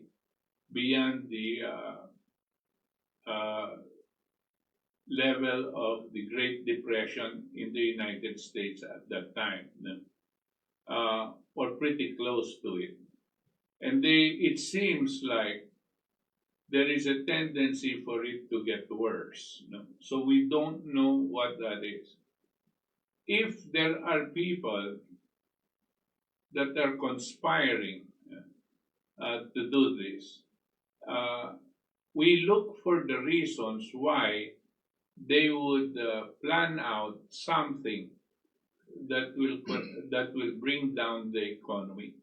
Now, the COVID virus, whether they are manufactured or not, no, or whether it is a hoax or not, no, the COVID virus seems to be real and are killing some people.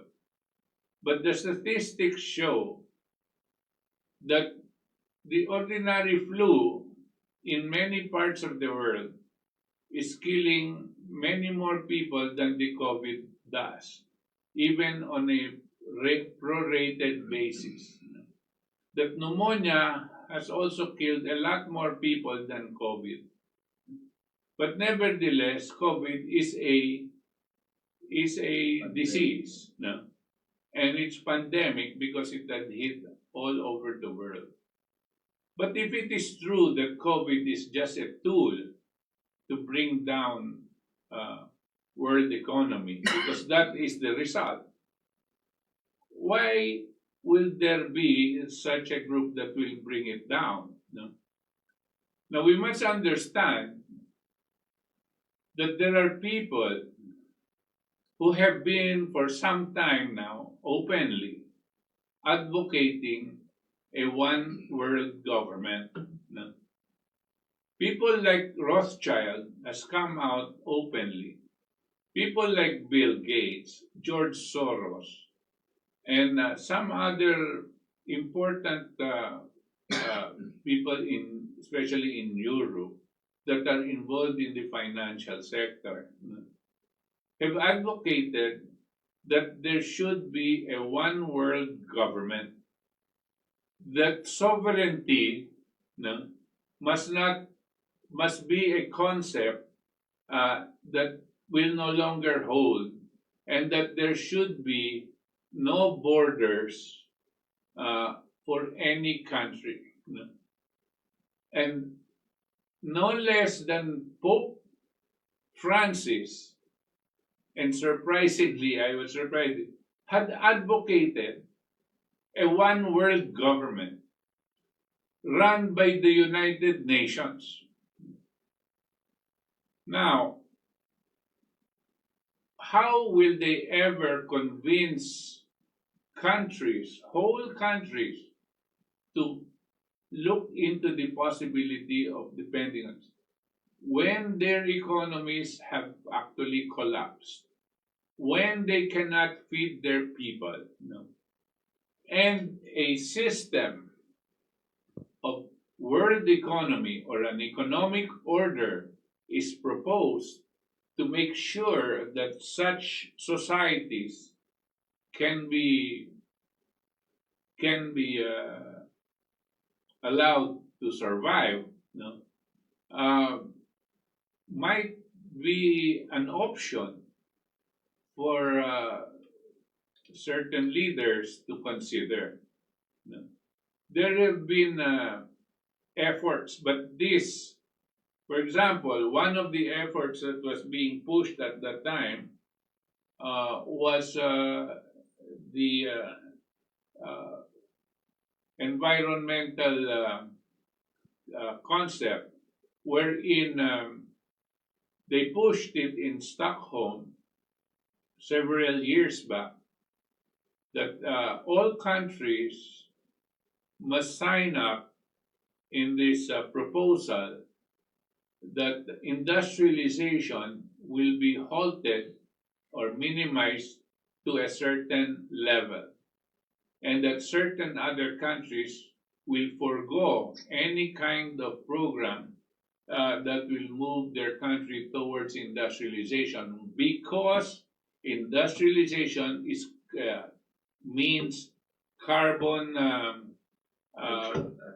producing, and it is harmful to the environment. You know, if this was put into law by all of those countries that were ready to sign up in Stockholm, no, organized by the British, if they signed up, then there would be laws that will prevent all countries from industrializing. The reason for this is once you industrialize, there will be an impact on your capacity. And once you don't industrialize, there will be an impact on your capacity to sustain a population. So, mababawasan ang kapasidad mong pakainin ang mamamayan mo once you do not industrialize. And this apparently is one of the objectives of the one world government, to bring down the population. Now, I know this is a little, some people do not think along these lines, no? But this is a reality, and it had been coming out openly in many different fora, no? And advocated by many people. No? But surprisingly, leaders of certain institutions and countries are advocating a one world government. This globalization concept, tandaan niyo po yung economic program natin was based on globalization. Yan po ang isa sa mga steps towards one world government. Because ano po yung nangyari sa globalization? We started to de-industrialize, we moved towards service, at ang bansa po natin became service-oriented and became the domestic helpers of the world. At tayo po ang ngayon parang alila, no? Ang nangyari po sa atin, service-oriented. No? It was a move to get countries to forget about industrialization and then just rely on the income generated by our people outside the Philippines as OFWs. And that is the way the concept of economy was supposed to be for this one world global government. Yan po ang, well, it's only my personal take, but you will see that there are people that are also agreeing to this. No? But it doesn't mean that what Hill was saying is wrong, because it goes along the same lines. No? I just added a little bit more malice into it to show that there are people that this is not an accident. No, these things are not accidents. There are people that plan this out. No, and what we're seeing, including the demonstrations with the Black Lives Matter, is a creation of a certain stage of move to try to collapse the United States economically. We must remember that the United States is the largest economy in the world. Still, it is larger than the economy of China. It is also the import of last resort, or the export of last resort, meaning many of our goods that we produce, including China, no, are being consumed by the richest economy in the world, which is the United States. If you collapse this, the United States, so does the rest of the world. No. Okay. Okay, our si Kay Jimenez is here. Elizabeth Gutierrez, si Freddy Oredina, they're all here. Ito yung mga regular listeners natin. Alexander Elosa Reyes. Hello po, dito po sa Sinaloan, Laguna. Comment. Okay, si RJ Abellana. Sa aking pagsusuri, si PRRD tulad ng ibang naging pangulo ay pareho ang ekonomiya, patakarang privatization, deregulation, liberalisasyon, kaya patuloy ang kahirapan ng bansa Pilipino. Nagkaiba lang sa estilong populista at paboritong oligarko. RJ. Okay, thank you, RJ. Ernesto S. Perez Jr. Ang opinion ko sa anti-terror bill kaya minamadali yan dahil nakikita sila nakakita sila ng magandang opportunity na mag-track, trace nila mga sangkot sa mga terrorism dahil sa lockdown system ng gobyerno ngayon. Pinpointed nila ang mga tirahan ng mga individual, ang gumagalaw lang ay gobyerno, lamang AFP, PNP, pero ang lahat ng yan walang katapusang awayan kung kulang mga hanap buhay dito. BNPP pa rin babagsakan ng lahat. Bakit di pa buksan ng BNPP? Ba't kasi di kinukonsulta ng mga media mga walang alam tungkol sa benepisyo ng BNPP sa ekonomiya at sa mga tao, mga tricycle driver, pedicab driver, sari-sari store, mga squatters, ba't sila ang kinukonsulta? Lalo na mga oil importers, syempre tutol sila sa pagbubukas ng BNPP. Pabuksan ng BNPP nang matapos na walang katapusang usapan tungkol sa hanap buhay ng lahat. Di pwedeng mamamayan lang may karapatan mabuhay dito sa mundo. Di pwedeng mayayaman lang ang may karapatan mabuhay sa itong mundo. Ernesto S. Perez Jr. Thank you. Okay. Let's see more. Virgo Nabi, di ba nag-offer ng Marcos Well si Imelda sa Kongreso? Bakit di natin tanggapin at gamitin? Okay. Yeah, here. What do you think about the Marcos wealth? Is that real? Is Imelda in a position to offer that to Congress? Well, an anecdotal story that I got was that most of this gold were once physically deposited in Hong Kong and then therefore with the mainland China. So I think recently Bongbong tried to recover control of it, but seems to be missing one of the signatories required in the anonymous pre-signatory account. He stayed for a long time in Hong Kong, in the Hyatt Regency there, and almost like more than a month. But I think nothing happened. So they were able to recontrol this huge amount of physical gold that is in China. I see. So after a while, Bongbong ran a huge tab in Hong Kong, his hotel bills, and it was Lucio Tan who bailed him out. Wala siyang pera. Naubusan. Paano maubusan ng Marcos? Well, they have the conventional wealth that the conventional wealthy family in the Philippines have. Right. The control of the huge gold deposits that they had in the past seems to be right now unconfirmed.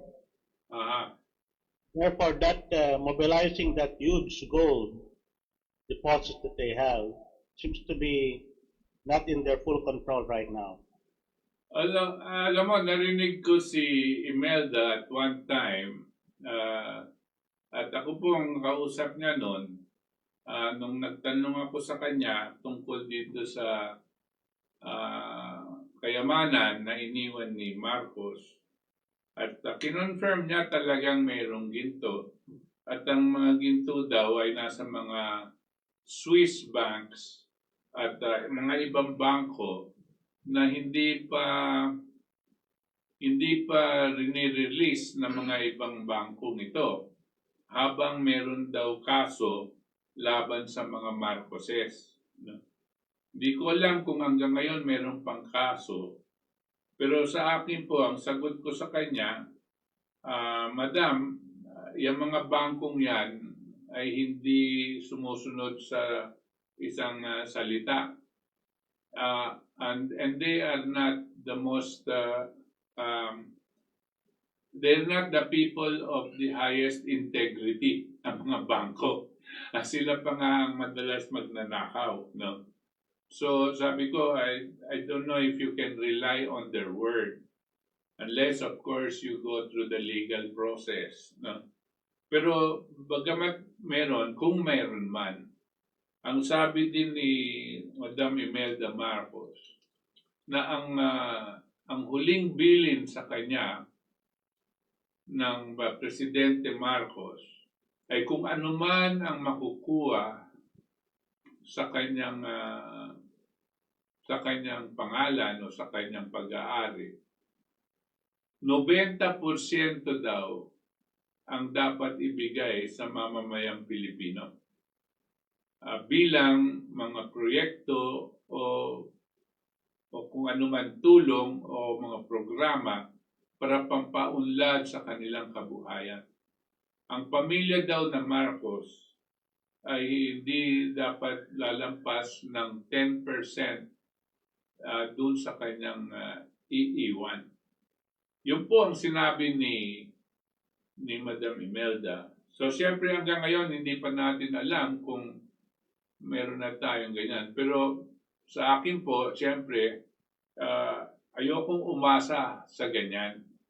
Ang bansa natin dapat hindi aasa sa ganyan dahil kung aasa tayo sa ganyan na hihintayin natin yung Marcos Gold na maibigay sa atin, hindi na tayo mag-iisip kung paano natin ayusin ang ating ekonomiya.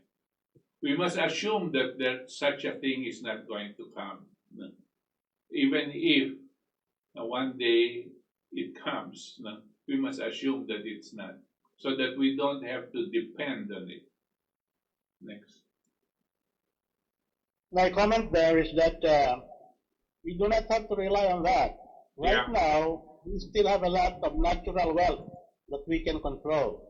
Yes. Together with a reassertion of our monetary sovereignty, meaning to say unfettered policies of printing money, the government has to nationalize all precious metal and precious earth mines in the Philippines. And that will become part of our natural reserve system. Together with this, we should put together a system of what I would call index currency bilateral swaps. Meaning to say, we will exchange currencies with countries that will recognize the peso, and you recognize the currency of that party, the counterparty. Like we can exchange cruceros, Brazilian cruceros with Philippine pesos. We can exchange Indian rupee with Philippine pesos. We can exchange Russian ruble with Philippine pesos, Chinese yuan with Philippine pesos, and all that. In an independent snake index system that handles intertemporal changes in value. Meaning to say, pag hawak ng Russia yung pera na piso, gagamitin niya yung pisong yun para umangkat ng mga bagay na pwede niyang mabili sa Pilipinas. Tama. Tayo naman na may Russian ruble, gagamitin natin yun para pagbili halimbawa ng oil diyan sa Russia. Ganun klase din sa lahat ng bansang pwede nating kausapin, including halimbawa yung yung bansang South Africa. Alam nyo, kaya pinorma nila yung BRICS. Yan ay isang currency system na gusto nilang i-impose gawin i-adapt ng mundo. Bakit Brazil? Kasi Brazil ang may control ng pinakamalaking air lang natin, yung Amazon forest. Russia, independent ng Russia sa IMF, kaya ang ruble nila at marami silang gold at oil. Ang India, malaki ang kanilang populasyon, marami silang IT at saka marami silang precious stones din. Kaya na dati nang hawak yan ng Britain ay ninakaw nila ang lahat ng kayamanan ng India, ginawa nilang British Crown Jewels. Bakit naman kasama ang China? Kasi ang China ngayon ay in effect ang manufacturing center ng buong mundo.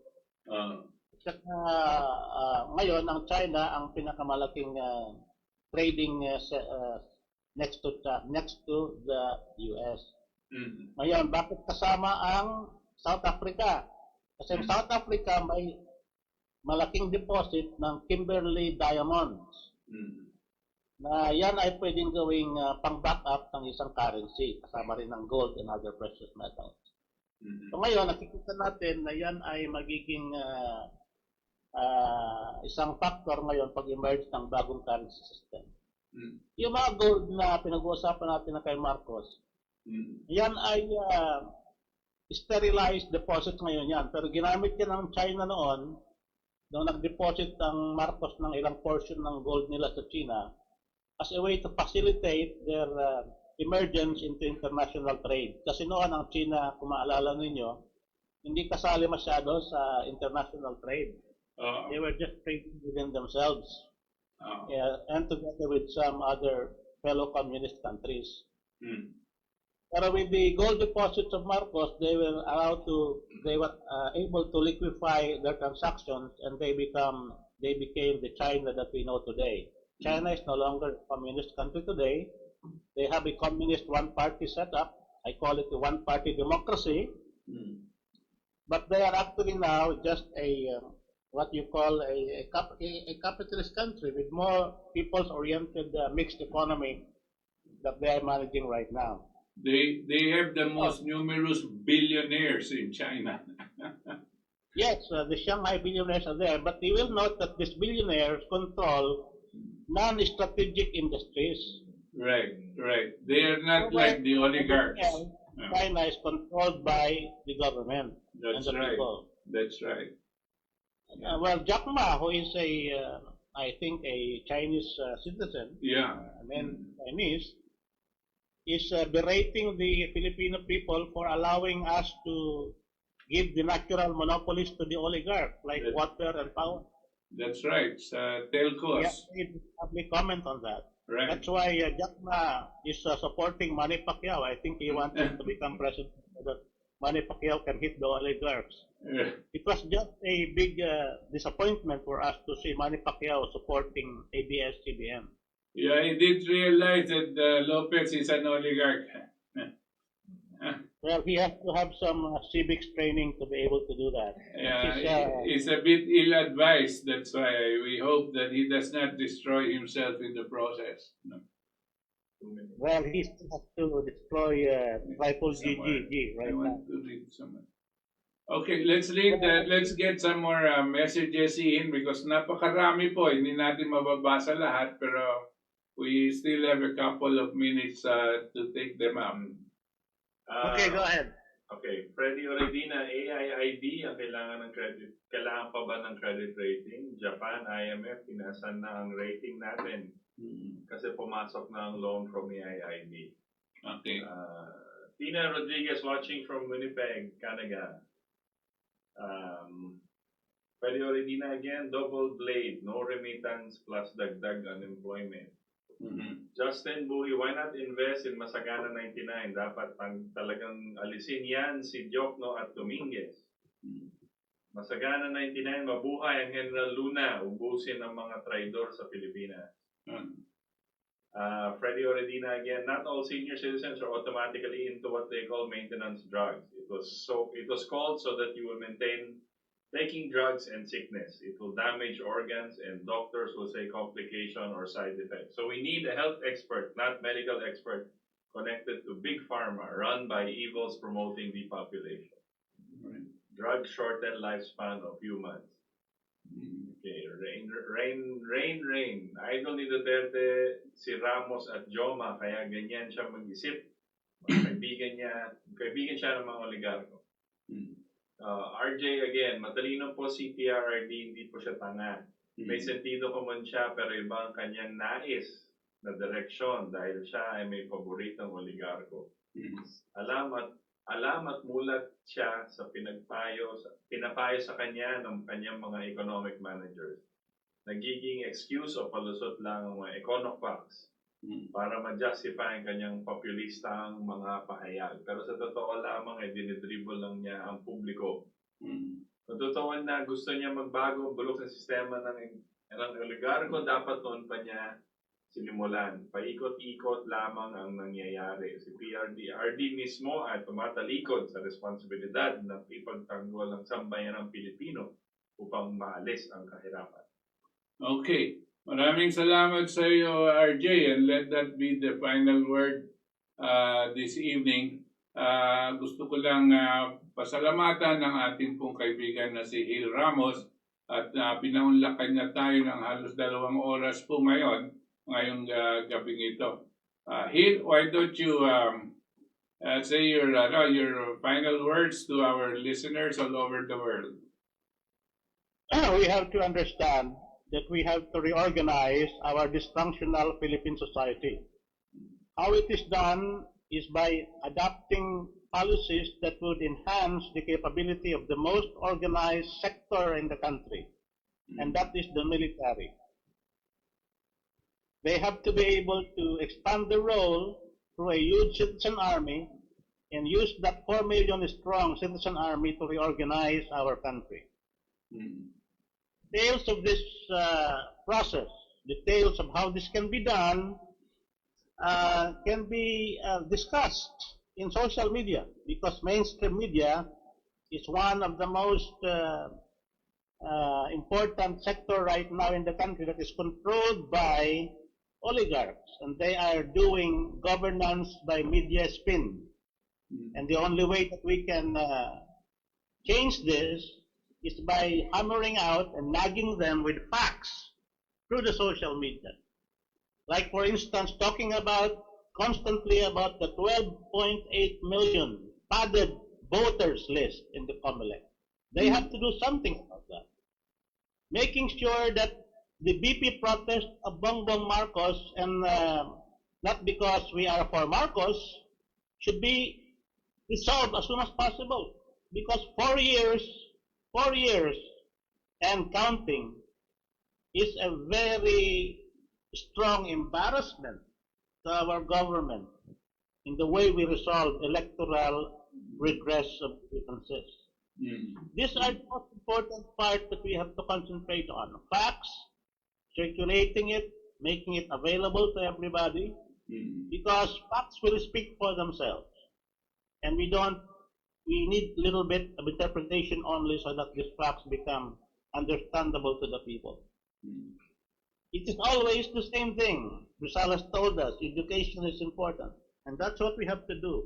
Fact-based education, not just dissemination of opinions without basis in fact. Okay. That is my comment for tonight. Okay. Maraming salamat sa iyo, Mr. Gil Ramos from Tallahassee, Florida, USA.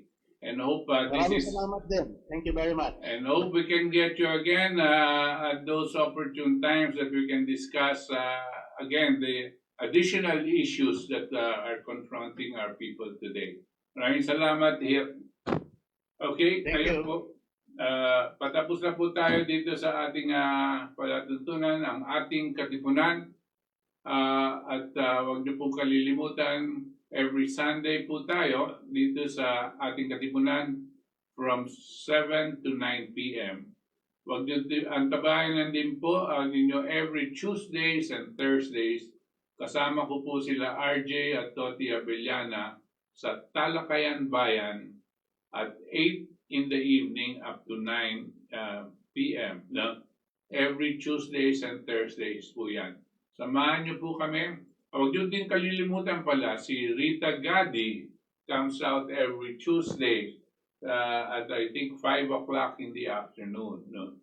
Huwag niyo po kalilimutan itong mga nakatakdang mga programa. You will find them very, very useful at patuloy po ang commitment ng inyong lingkod na bagamat wala pong eleksyon, no?